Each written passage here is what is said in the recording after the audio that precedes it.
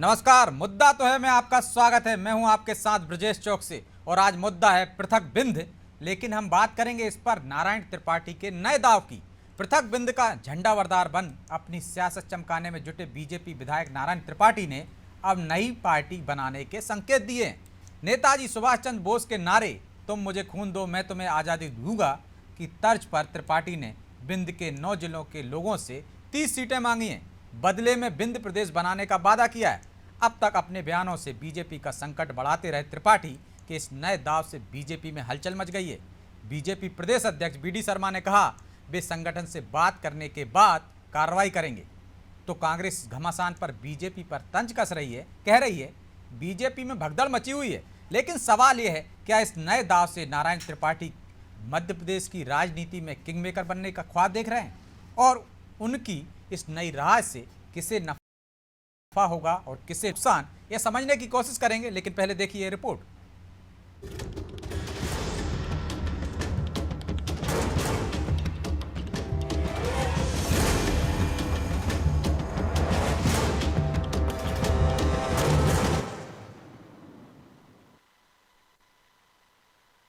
जब प्रदेश बनेगा तो जब हमारा पूरा पुराना बिंद था वो बनेगा, पर पहले हम अपने घर को ठीक कर ले। ये हमारा 30 विधानसभा का घर ठीक हो गया तो मैं कहता हूँ तुम मुझे 30 दे दो, मैं 30 के दम पर 2024 के अंदर बिंद प्रदेश बना के आप सबके हवाले कर दूंगा।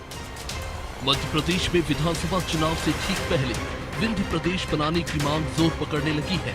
बीजेपी के बागी विधायक नारायण त्रिपाठी ने नई विंध्य पार्टी के गठन का ऐलान किया। त्रिपाठी ने कहा है कि उनकी पार्टी विंध्य क्षेत्र के 9 जिलों की 30 विधानसभा क्षेत्रों में अपने कैंडिडेट उतारेगी। उन्होंने कहा कि 2 मई से मैहर में बाबा बागेश्वर महाराज की कथा शुरू होगी और 7 मई तक चलेगी। इसके बाद 15 मई के पहले विंध्य पार्टी का रजिस्ट्रेशन हो जाएगा। विंध्य के लोग अब अपनी पार्टी के टिकट पर चुनाव लड़ेंगे। त्रिपाठी ने आगे कहा कि आप मुझे 30 सीट दो, मैं आपको विंध्य प्रदेश हवाले कर दूंगा। अब लड़ाई राजनीति की नहीं है, अब लड़ाई विंध्य के भविष्य की है। चुनाव है, भारत का लोकतंत्र है। लोकतंत्र में सबको अपने अपने अधिकार हैं, इसलिए अगर भारतीय जनता पार्टी का कोई विधायक है या कोई जिम्मेदार कार्यकर्ता है वो कुछ ऐसा करता है तो जरूरी उस पर हम जो संगठन को जो आवश्यक निर्णय करने होंगे वो करेंगे। उधर त्रिपाठी के इस ऐलान के बाद मध्य प्रदेश में सियासी घमासान देखने को मिल रहा है। बीजेपी प्रदेश अध्यक्ष बीडी शर्मा संगठन से बातचीत के बाद कार्रवाई की बात कर रहे हैं। वहीं कांग्रेस का कहना है कि कुछ भी हो नुकसान तो भाजपा का ही होगा, हम तो वहाँ पहले से ही मजबूत हैं। देखिए एक चीज बार बार मैं कहता हूँ स्पष्ट है, मध्य प्रदेश में 2 ही लोग चलेंगे, बीजेपी और कांग्रेस। बीजेपी का वक्त समाप्त हो चुका है, अब कांग्रेस का वक्त है, क्योंकि 18 साल और फिर ये 3.5 साल कोविड महामारी, दुनिया भर के किसानों की आत्महत्याएं, 40 लाख युवाओं का बेरोजगार होना, डीजल पेट्रोल रसोई गैस का महंगा होना, ये सब अब केवल इवेंट मैनेजमेंट कर रहे हैं कि कितने ज़्यादा से ज़्यादा सीटें आएँ। जो इनके आंकड़े अभी आ रहे हैं 50-60 के आ रहे हैं, तो आंकड़े ये कैसे थोड़े बढ़ें, इसके लिए प्रयत्न कर रही है बीजेपी और कुछ नहीं। कुल मिलाकर अलग विंध्य प्रदेश बनाने की मांग को लेकर भाजपा विधायक अपनी ही पार्टी की विचारधारा के खिलाफ खड़े हो गए हैं। लेकिन नारायण त्रिपाठी की विचारधारा पर भी सवाल उठते रहे हैं। नारायण त्रिपाठी की पहचान सपा और कांग्रेस से भी जुड़ी रही। कांग्रेस सपा से विधायक रह चुके त्रिपाठी अब बीजेपी से विधायक हैं। फिलहाल अब देखना होगा कि नई पार्टी से विंध्य प्रदेश का सपना देख रहे त्रिपाठी का सपना पूरा होता है या फिर नहीं। ब्यूरो रिपोर्ट, अनाजी टीवी। तो इस मुद्दे पर चर्चा के लिए हमारे साथ मौजूद हैं डॉक्टर ब्रजेश पांडे बीजेपी से हैं और पवन पटेल कांग्रेस से, रमेश शर्मा वरिष्ठ पत्रकार। तीनों मेहमानों का बहुत बहुत स्वागत है। शर्मा जी, शुरुआत आपसे ही करेंगे। अब तक अपने बयानों से बीजेपी की धड़कनें बढ़ाते रहे नारायण त्रिपाठी ने नया दाव चलाए, नई पार्टी के संकेत दिए। क्या इससे किसको नुकसान होगा, कांग्रेस को या बीजेपी को, किसको फायदा होगा? और नारायण त्रिपाठी मध्य प्रदेश की सियासत में क्या किंग मेकर बनना चाहते हैं? देखिए, इसमें कोई शक नहीं कि नारायण त्रिपाठी जी अपने क्षेत्र में एक प्रभावशाली व्यक्ति हैं जैसा आपने खुद भी कहा है कि उन्होंने सपा से चुनाव लड़ा तब भी जीते, कांग्रेस से चुनाव लड़ा तब भी जीते और भाजपा से चुनाव लड़ करके तब जीते। कहीं ना कहीं मैहर में और सतना जिले में उनका एक अपना प्रभाव तो है, लेकिन और ये जो अभी उन्होंने नए पार्टी की गठन की घोषणा की है, स्वाभाविक अगर वो गठन करते हैं और इसके उम्मीदवार खड़े करते हैं बिंद में, तो स्वाभाविक रूप से इससे भारतीय जनता पार्टी को नुकसान होगा। कितना नुकसान होगा, कितने प्रतिशत वोट मिलेंगे, ये तो परिणाम बताएगा, लेकिन इससे कहीं ना कहीं भारतीय जनता पार्टी को नुकसान होगा। एक और बात है कि जिस तरीके से अभी पूरे देश में छोटे राज्यों की हवा चल रही है, यद्यपि मैं व्यक्तिगत तौर पर ये समझता हूं कि छोटे राज्य जो होंगे उसमें विकास कम होता है, क्योंकि प्रशासनिक खर्च ही जो बढ़ता है। जैसे मान लीजिए एक अलग जिला बन गया, एक अलग प्रदेश बन गया, तो एक अलग चीफ सेक्रेटरी होगा, एक अलग मुख्यमंत्री होगा, अलग विधानसभा का खर्चा होगा। तो कहीं ना कहीं लेकिन अब इस समय एक वातावरण बन गया है छोटे राज्य बनाने का। तो विंध्य प्रदेश पहले भी एक अलग राज्य रहा है, और मैं समझता हूं अगर वो अभियान चलाएंगे कहीं ना कहीं उनके इस मांग को समर्थन तो मिलेगा और भाजपा को थोड़ा बहुत नुकसान होगा इससे। जी नुकसान तो होगा शर्मा जी, लेकिन आय के साधन कहाँ से? वैसे ही मध्य प्रदेश में आर्थिक रूप से हम देखे जाएं तो ऐसे कोई आय के साधन नहीं है सरकार के पास। एक अलग प्रदेश बनने से एक और संकट खड़ा होगा, और इसमें बीजेपी के असमंजस में यही है कि समर्थन करे उनकी मांग का। पहले भी फटकार लगा चुकी है, लेकिन वो सुनने को तैयार नहीं है, रहा तो अलग पकड़ लिए। इससे साफ है कि बीजेपी को आगे कार्रवाई करती है तो नुकसान ज्यादा बड़ा होगा। देखिए, ये बात सही है कि इसमें नुकसान बड़ा होगा, और विंध्य क्षेत्र में आमदनी का रेवेन्यू जनरेट करने के कोई बहुत साधन नहीं है। छत्तीसगढ़ को अगर आप देखेंगे, जब अलग प्रांत बना था तो छत्तीसगढ़ में कहीं ना कहीं वन संपदा और खनिज संपदा बहुत ज्यादा थी। कुछ खनिज संपदा है विंध्य क्षेत्र में, इसमें कोई शक नहीं, मगर वो इतनी खनिज संपदा नहीं है कहीं वो अपने पैरों पर वो प्रदेश खड़ा हो जाए और अपने पैरों पर प्रदेश खड़े होकर के अपने आर्थिक विकास को गति दे दे। ये बिल्कुल आपने सही कहा कि आय के साधनों में दिक्कत होगी, और फिर वही चेंचे होगी कि केंद्र सरकार पैसा जारी करे, ये वो इस तरह की झंझट तो होगी। लेकिन अब देखना यह है कि आगे इसमें क्या रणनीति बनती है। निश्चित रूप से आय के वहां पर जैसे बुंदेलखंड है, बहुत पिछड़ा हुआ है, विंध्य प्रदेश है, कहीं ना कहीं शैक्षणिक दृष्टि से भी आप देख लीजिए इतना पिछड़ा हुआ है, और आर्थिक दृष्टि से भी कि विंध्य के कितने लोग हैं जो दूसरी जगह जाकर के नौकरी कर रहे हैं, कहीं ना कहीं होटलों में काम कर रहे हैं, घरेलू काम भी कर रहे हैं, वहां से पढ़ लिख करके लोग भी नौकरी के लिए भी दूसरी जगह पर जा रहे हैं। तो कहीं ना कहीं जो शिक्षित युवक हैं उनको काम नहीं दे सकते, मजदूर को काम देने की वहां पर समस्या है। विकास की समस्या तो विंध्य में अभी है, बहुत जटिल है। और जी तो पांडे जी, पहले भी आपकी दुविधा बढ़ाते रहे, अब तो चुनावी साल में बड़े संकट में डाल दिया नारायण त्रिपाठी ने पार्टी को कि समर्थन करे या विरोध करे, कार्रवाई करे या ना करे। नुकसान सबसे ज्यादा आपको ही होता दिख रहा है, जैसा शर्मा जी बता रहे हैं।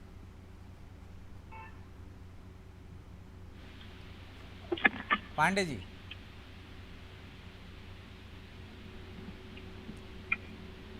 पांडे जी सुन पा रहे हैं आप मुझे? जी बताएं। नुकसान आपका ही सबसे ज्यादा होने वाला है यदि नारायण त्रिपाठी के नए दाव से। पार्टी की दुविधा बढ़ गई है, पहले भी आपके संकट बढ़ाते रहे, लेकिन अब कार्रवाई करें या ना करें, करते हैं तो दिक्कत, ना करते हैं तो दिक्कत, समर्थन करें या ना करें, दुविधा बढ़ गई है आपकी। देखिए, नारायण त्रिपाठी जी हमारे भारतीय जनता पार्टी के आज की तारीख के वरिष्ठ विधायक, और नारायण त्रिपाठी जी ने भारतीय जनता पार्टी से इस्तीफा नहीं किया है। जब तक वो इस्तीफा नहीं देते तब तक हमारी पार्टी के वरिष्ठ विधायक हैं, पहली बात।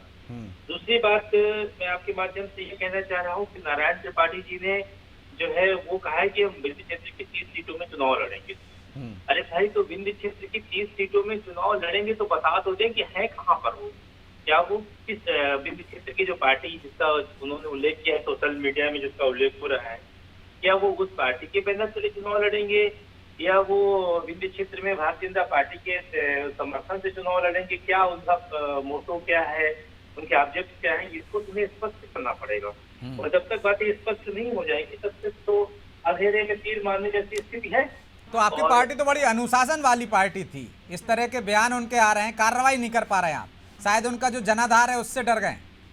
और कांग्रेस तो कह रही, पीसी शर्मा जी को आपने सुना ही होगा कि आपका समय खत्म हो चुका है, अब कांग्रेस वहां पहले से मजबूत थी और अब तो लौट के आ रही है।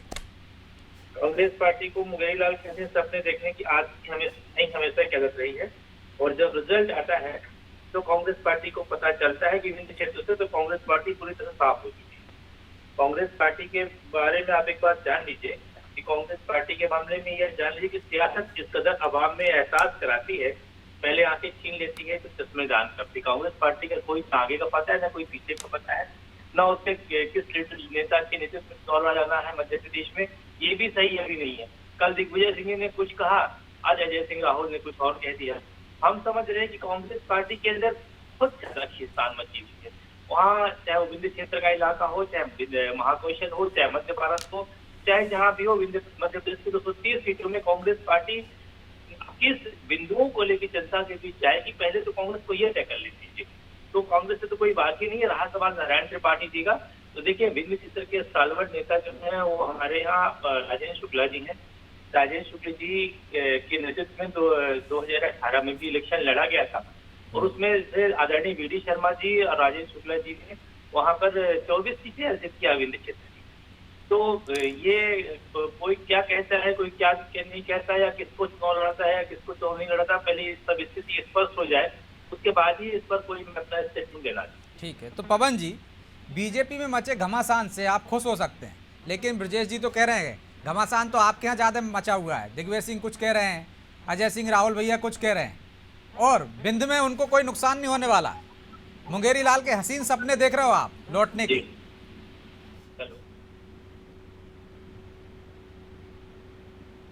पवन जी, आपकी आवाज नहीं आ रही। अच्छा, हाँ आ रही, अब आ रही है? हाँ अब आ रही, बोलिए। देखिए क्या है कि अभी ब्रजेश जी का ये सप्ते के लिए एक डायलॉग बना हुआ, मुंगेरी लाल के हसीन सपने, एकदम उनका इसी में गाड़ी फंसी हुई है ना। अब ये जो बात है भाजपा को कोई नुकसान नहीं, भाजपा को करना क्या है, भाजपा अभी उसका आकलन कर रही होगी कि कितना हमें फायदा होगा, कितना नुकसान होगा। उसके बाद एक घोषणा कर देंगे, मशीन है घोषणा वीर की, खर्च कर देंगे। बनाना ना बनाना तो उनके हाथ में है। अभी तो जनता को बेवकूफ बनाने का काम करेंगे। जनता को जो ये अपनी बतौलेबाजी से प्रलोभन देने का प्रयास करेंगे। अगर उनको लगेगा कि विंध्य प्रदेश बनने से उनका फायदा हो रहा है तो घोषणा कर देंगे। घोषणा करने में अब इतनी घोषणा पड़ी, उसमें एक और प्लस हो जाएगी घोषणा। तो नंबर एक। और दूसरा जो ये अभी ब्रजेश जी बोल रहे थे कि कांग्रेस कैसे जाएगी, ये कांग्रेस क्यों नहीं जाएगी भाई?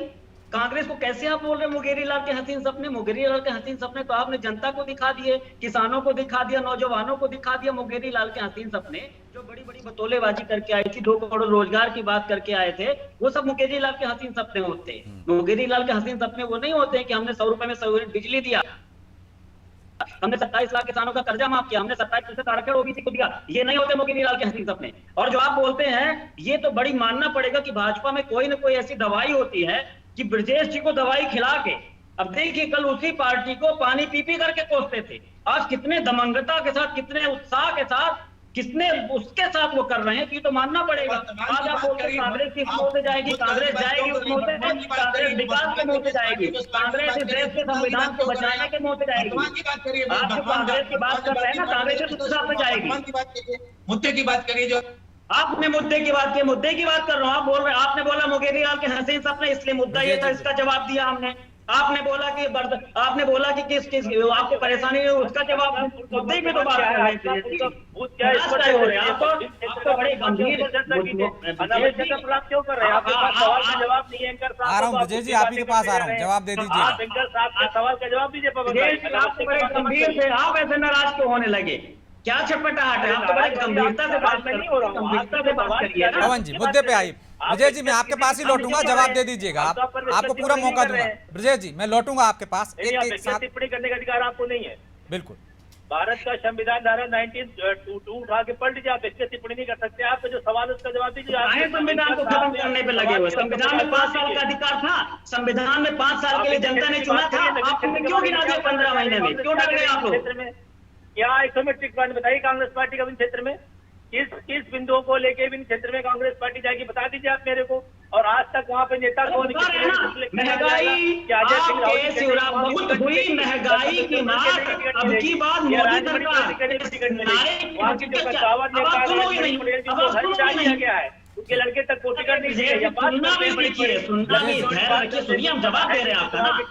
हम जाएंगे महंगाई के मुद्दे, ये आप बात नहीं करोगे आप। विजय जी, क्षेत्र के बारे में जब सुनिए ना, हम महंगाई के मुद्दे पे जाएंगे, हम बेरोजगारी के मुद्दे पे जाएंगे, फिर बात करिए आप बताइए ना। क्षेत्र के बारे में विजय जी बात आ जाने दीजिए प्लीज। विजय जी उनकी बात आ जाने दीजिए, मैं फिर आपके पास आ जाऊंगा, आप जवाब दे दीजिए। मेरी बात सुनिए, हम आपका जवाब दे रहे हैं ना। आपने पूछा कि हम किन मुद्दों को लेकर जाएंगे, हम बता रहे हैं कि हम महंगाई के मुद्दे को लेकर जाएंगे। क्या मुद्दे हैं कांग्रेस पार्टी बता दीजिए। आप मुझे बताइए, कमलनाथ जी ने बजट सत्र में जितनी भी घोषणाएं किया था उसमें से कितना इम्प्लीमेंटेशन किया है 2018 में? क्या बात लेके जनता के बीच में जाएंगे? क्या आप ये बात लेके जाएंगे कि हम किसानों के मुद्दे में सफल हुए? क्या आप ये बात लेके जाएंगे कि हम महिलाओं के मुद्दे में सफल हुए? क्या आप ये बात लेके जाएंगे कि प्रतिपक्ष के मुद्दे हम युवाओं को रोजगार दिलाने में सफल हुए? ठीक है। हर मसले पर आप और आपकी पार्टी घुसटे साबित हुई है। बड़ी बड़ी बातें करते हैं बैठ के चैनल पे। विजय जी प्लीज, मुद्दे की बात करिए आप। लेकिन पवन जी, इन्होंने पूछा, मैं इसका जवाब दे रहा हूँ। मुद्दे की बात करिए, इसके अलावा व्यक्तिगत टिप्पणी किसी पे नहीं करिए आप। आप बोलिए ना, आपकी बात तो जवाब दे रहा हूँ, चुप रहिए आप ना। नहीं क्यों चुप रहो? आप व्यक्तिगत टिप्पणी क्यों कर रहे हैं? हम आप पे व्यक्तिगत टिप्पणी कर रहे हैं। हम कह रहे हैं कि आप नई कमेटी में महासचिव नहीं, हमने आपसे टिप्पणी किया नहीं किया ना, आप नहीं महासचिव नई कमेटी में, तो क्यों फालतू की बातें कर रहे हो? जो मुद्दा है उस पर बात करो आप, जो मुद्दा है उस पर बात करिए, जो सवाल किया उस पर बात करिए। पवन जी सिर्फ मुद्दे पर रहिए, पहले कांग्रेस में पवन जी मुद्दे पर रहिए, व्यक्तिगत टिप्पणी मत कीजिए। कौन कहाँ से आया, कहाँ चला गया, इस पे छोड़ दीजिए। आप सिर्फ मुद्दे क्यों कर रहे हैं? मुद्दे पर रहिए प्लीज। नॉर्मल बात करिए ना, क्या हो गया आपको? नहीं आप मुद्दे की बात करिए। आप मुद्दा जो जी, मुद्दा है चर्चा करिए प्लीज। देखिए दर्शक देख रहे हैं दोनों को। सुनिए, तो आपसे बहुत मुद्दे कुछ पर सीखा बात है, कीजिए, उसी प्लीज। को इम्प्लीमेंट कर रहा हूँ। आपसे जो सीखा है वही इम्प्लीमेंट कर रहा हूँ। ब्रजेश जी नाराज मत होइए। आप बोले मैं किस मुद्दे पे जाऊंगा, मैं महंगाई के मुद्दे पे जाऊंगा। आपके डायनामिक प्रधानमंत्री जी ने नारा दिया था, बहुत हुई महंगाई की मार, अब की बार मोदी सरकार, उस नारे की हकीकत पूछने में जाऊंगा। मोदी जी ने बोला था कि 2 करोड़ रोजगार हर साल दूंगा, उस हकीकत को लेके जाऊंगा। मोदी जी ने बोला था कि सऊदी में काला धन आएगा, उस हकीकत को लेके जाऊंगा। मोदी जी ने बोला था कि किसानों की आय दोगुनी करूंगा, उस हकीकत को लेके जाऊंगा। जो किसान बॉर्डर पे 750 किसान मर गए, उसकी हकीकत लेके जाऊंगा। राहुल गांधी जी 20,000 करोड़ के लिए पूछते पूछते थक गए, लेकिन आपने भारतीय जनता पार्टी ने एक शब्द जवाब नहीं दिया, उनकी सदस्यता ग्रहण कर दी। अनेकों ऐसे लोग हैं जो अभी सांसद नहीं होने के बाद भी सरकारी बंगले में रह रहे, लेकिन आपने उनको बंगले से बाहर निकाल दिया। ये पूरी दुनिया देख रही है, ये हकीकत लेके जाऊंगा। ठीक है, जवाब ले। 100 रुपए में बिजली दी, ये हकीकत लेके जाऊंगा। ठीक। कमलनाथ जी ने 27 लाख किसानों का कर्जा माफ किया, ये हकीकत लेके जाऊंगा। कमलनाथ जी ने 27% आरक्षण ओबीसी को दिया, ये हकीकत लेके जाऊंगा। ठीक है पवन जी, रिपीट करो आप, ये पहले भी बोल चुका है। जवाब ले लीजिए, समय कम है, जवाब ले लीजिए, जवाब ले लीजिए। बता दिए उनने तमाम मुद्दे हैं, इनको लेकर जनता के बीच में जाएंगे। ब्रजेश जी पॉइंट टू पॉइंट। देखिए चौधरी साहब, मैं बड़ी विनम्रता से बात करना चाहता हूँ आपके सामने, और आपका चैनल मध्य प्रदेश के प्रमुख चैनलों में एक है। मैं कभी आज तक जितने जैसे टीवी न्यूज में बैठा हूँ, आपने देखा है, मैं कभी किसी पर व्यक्तिगत टिप्पणी नहीं करता हूँ, कौन क्या करता है कौन क्या नहीं करता। दूसरी बात, रामायण में एक चौपाई है कि मत कीरित गत भूल भुलाई, जब जेहि जतन जहां जेहि पाई, तो जानब सत्संग प्रभाव लोकहु वेद न आस पाऊ। इतनी लंबी चौड़ी बात करने की जगह ये हमारे प्रधानमंत्री पे पहुंच गया। विंध्य आपने आज का डिबेट किया, विंध्य प्रदेश में नारायण त्रिपाठी जी अगर 30 सीटों में लड़ेंगे। अरे आपने बोला किन मुद्दों को लेके जाओ, देखिए ब्रजेश से बोली बोल रहे हैं, अभी अपने टाइम में बोले, अभी फिर अपने टाइम में बोले, अपने टाइम में बोले तो आपने कहा तो मैं शांत हो गया, अभी फिर बोलने लगे बीच में। ठीक है पवन जी, आ जाने दीजिए, बात आ जाने दीजिए। नारायण त्रिपाठी जी विंध्य क्षेत्र में भारतीय जनता पार्टी से विधायक है, वरिष्ठ विधायक, और भारतीय जनता पार्टी के बैनर तले इलेक्शन लड़े हैं। वो समाजवादी पार्टी से भी विधायक रह चुके हैं, कांग्रेस से भी विधायक रहे, वर्तमान में बीजेपी के विधायक।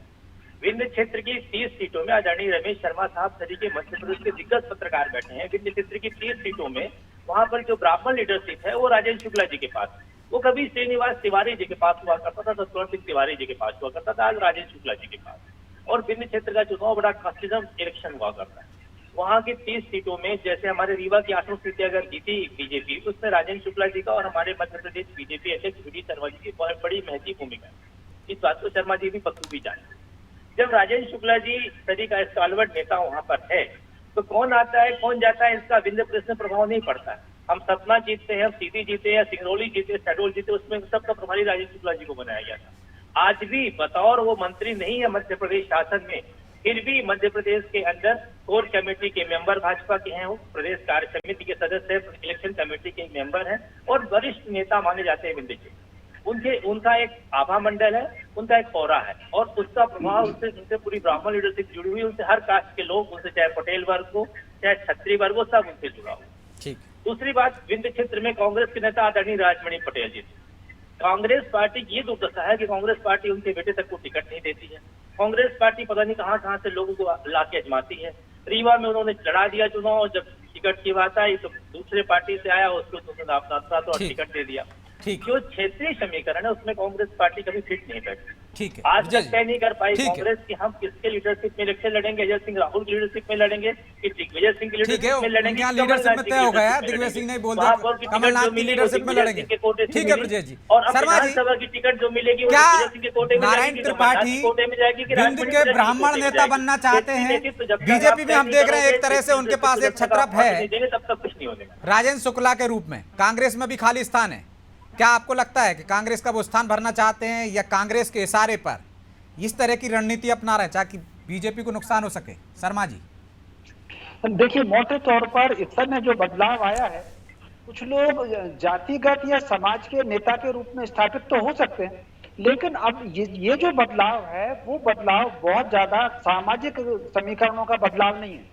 सामाजिक समीकरण मीडिया में आ सकते हैं कि भाई फला आदमी ब्राह्मण नेता हो गया, फला आदमी पटेल नेता हो गया, ये मीडिया में आ सकते हैं, सरकार पर दबाव भी बनाया जा सकता है। लेकिन अगर आप समाज को, जनता को देखेंगे तो समाज में कहीं ना कहीं सामाजिक समरसता का जो भाव है वो बढ़ रहा है। इसका उदाहरण मैं इसको दे दूं कि जैसे भाई हम ट्रेन में सफर करते हैं तो कोई किसी से समाज पूछता है क्या? डॉक्टर के पास इलाज के लिए जाते हैं, कोई पूछता है क्या? होटल में खाना खाने जाते हैं, कोई समाज नहीं पूछता। तो मैं नहीं समझता, ये ठीक है कि चूंकि वो एक क्षेत्र में प्रभावशाली हैं और वहां कुछ बात कह लें वो, लेकिन उनका ये जो सामाजिक समीकरण का मुद्दा है ब्राह्मण नेता बनने का, ये बिंदु में प्रभावशाली होगा ये मैं नहीं कह सकता। थोड़ा बहुत वोट का इसमें फर्क पड़ जाएगा, और अगर उन्होंने ब्राह्मण नेता बनने की कोशिश की तो फिर इसका नुकसान जो है वो उसमें कांग्रेस को ज्यादा होगा। कहीं ना कहीं जो इनकम्बेंसी का वोट था जो कांग्रेस को जा सकता था भाजपा से नाराज होकर के, वो सेंट्रलाइज होगा, तीसरे पॉइंट पर सेंट्रलाइज होगा। तो मुझे नहीं समझता कि इस समय वो जातिगत कोई राजनीति नारायण त्रिपाठी करेंगे, लेकिन फिर भी अभी हो सकता है वो अपनी फोर्स बना लें, लेकिन अभी मुझे बहुत ज्यादा उनको वोट मिल पाएंगे इसकी मुझे संभावना कम दिख रही है। हो सकता है वो अपनी सीट जीत लें, लेकिन 30 में से वो 3 सीट भी जिता लें इसकी मुझे संभावना कम दिख रही है। हाँ, वोटों का नुकसान वो जरूर भाजपा को कर सकते हैं, इसमें कोई शक नहीं। ठीक है, पवन जी कुछ कह रहे हैं, 30 सेकंड में कीजिए, समय नहीं है जी। मैं एक तो ये बोल रहा हूँ कि ब्रजेश जी को अगर नाराज लगा तो मैं सॉरी बोलो, मेरा ऐसा उनको हर्ट करने का इरादा नहीं था। जो तो बड़े नाराज होके बड़े, वो हमेशा काम पूर्वक, हमेशा शांति से डिबेट करते थे, तो आज उनका ये रूप देखने को मिला, बहुत सीखा मैंने उनसे। तो मेरा ऐसे व्यक्तिगत उनको हर्ट करने का इरादा नहीं था। और दूसरा जो है, आज हमें कांग्रेस और भाजपा की बात नहीं करनी चाहिए। आज जो जिस तरह का माहौल देश और प्रदेश में भारतीय जनता पार्टी ने बना दिया, आज कोई ना भाजपा की बात हो रही, ना कोई पंडित जी की बात हो रही, ना किसी की बात हो रही। आज हम विकास के मुद्दे पे, आज हमारा जो बाबा साहब भीमराव अम्बेडकर के संविधान पर जो खतरे में है, माफी चाहता हूं पवन जी, समय की बाध्यता है इसलिए चर्चा को विराम देना होगा। आप तीनों मेहमानों का बहुत बहुत धन्यवाद। तो नारायण त्रिपाठी के इस राग से, इस नई राह से किसे नफा होगा किसे नुकसान, ये तो आने वाले चुनाव परिणाम बताएंगे। लेकिन हो सकता है उन्होंने मीडिया में सुर्खियां बटोरने के लिए या खुद को किंग मेकर बनाने के लिए ये रणनीति अपनाई हो, लेकिन ये लोकतंत्र है, लोकतंत्र में जनता ही तय करती है कि कौन किंग मेकर बनेगा और किंग कौन। तो शायद इसका इंतजार करना होगा कि किंग मेकर बनाती है जनता उन्हें या नहीं, या सिर्फ सुर्खियों में रहकर नारायण त्रिपाठी अपनी सियासत चमकाते रहेंगे। बहरहाल मुद्दा तो है। मैं इतना ही, मुझे दीजिए इजाजत और आप देखते रहिए अनादि टीवी। नमस्कार।